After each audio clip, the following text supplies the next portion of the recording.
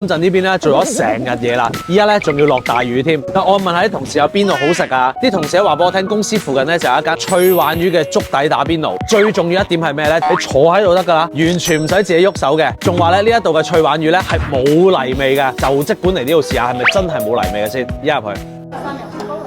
哦，哇！如果翻工做嘢做到成日咧攰攰地啦，你又唔想自己整喎，嚟呢一度咧就啱晒啦。佢又幫你煮到埋上嚟啊，仲要連個醬啊都係佢幫我調埋擺過嚟俾我哋嘅，依家即刻嚟下。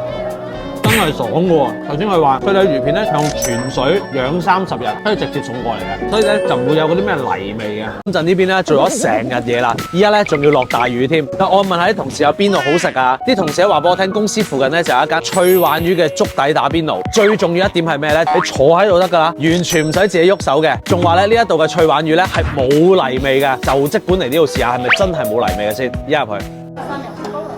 哦，哇！如果翻工做嘢做到成日咧攰攰地啦，你又唔想自己整喎，嚟呢一度咧就啱晒啦。佢又幫你煮到埋上嚟啊，仲要連個醬啊都係佢幫我調埋擺過嚟俾我哋嘅，依家即刻嚟下。